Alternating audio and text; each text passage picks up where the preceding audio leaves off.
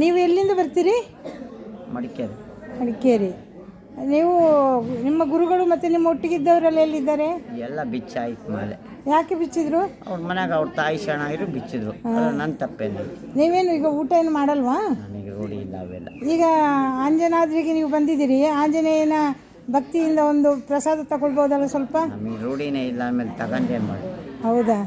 ಹಾಗಿದ್ರೆ ನೀವು ಮುಂದೆ ಹೋಗೋದಷ್ಟೇ, ನಡ್ಕೊಂತ ಹೋಗ್ತಾ ಇರೋದಷ್ಟೇ. ಈಗ ಶಬರಿಮಲೆವರೆಗೂ ನೀವು ಹೋಗ್ತೀರಾ?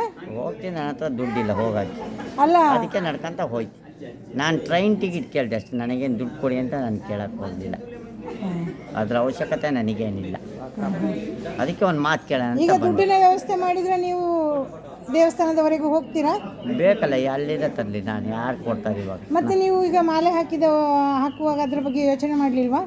ಇದ್ರ ಜೊತೆಗಿದ್ರಂತ ಮಾಲೆ ಹಾಕಿದ್ದು. ಹಿಂಗಾಗುತ್ತೆ ಅಂತ ಯಾರಿಗೆ ಗೊತ್ತಿತ್ತು?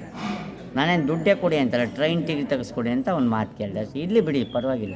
ಟ್ರೈನ್ ಟಿಕೆಟ್ ಅಂದರೆ ಎಲ್ಲಿಗೆ? ಪರವಾಗಿಲ್ಲ, ಬೇಡ ಬಿಡಿ. ಏನು ನಾನು ನಡ್ಕೊಂತ ಹೋಯ್ತೇನು ಬರುವಂತ ಇಲ್ಲ. ನನಗೆ ಅದರ ಅವಶ್ಯಕತೆ ಏನೇ ಬೇಡ. ಒಂದು 5 ನಿಮಿಷ ಸುಧಾರಿಸ್ಕೊಂಡು ಹೋಗ್ತೀನಿ ಬಿಡಿ. ನನಗೆ ದುಡ್ಡಿನ ಅವಶ್ಯಕತೆ. ಈಗ ಪಾಯಸ ಕುಡಿತೀರಾ?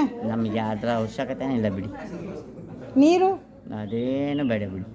ಒಂದು 5 ನಿಮಿಷ ಸುಧಾರಿಸ್ಕೊಂಡು ಹೋಗ್ತೀನಿ, ಅದೇ ಸಾಕು. ನೀವು ಗುರುಸ್ವಾಮಿಯಾ? ಕನ್ನಿಸ್ವಾಮಿ. ಈಗ ನಾವು ಗುರುಸ್ವಾಮಿ, ನಾವು ಮಾಲೆ ಹಾಕಲಿಲ್ಲ, ನಾವು ತೆಗೆಯುವಾಗಿಲ್ಲ, ಗೊತ್ತಾಯ್ತಾ? ಧನ್ಯವಾದ. ನಿಮಗೆ ಏನಾದರೂ ವ್ಯವಸ್ಥೆ ಮಾಡಲಿಕ್ಕೆ ಆಗ್ತದ ನೋಡ್ತೇವೆ, ಆಯಿತಾ? ಇಲ್ಲಿ ಪರವಾಗಿಲ್ಲ ಬಿಡಿ, ಏನು ತೊಂದರೆ ಇಲ್ಲ. ನಿಮ್ಮ ಹೆಸರೇನು? ಕುಮಾರ.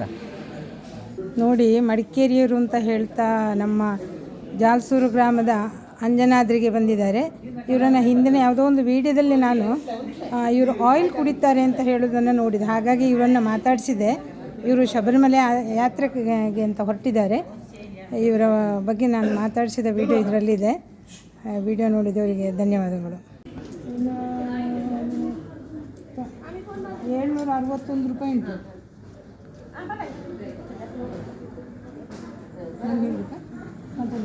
ಬೇಡ, ನೀವು ಕೊಡಿ.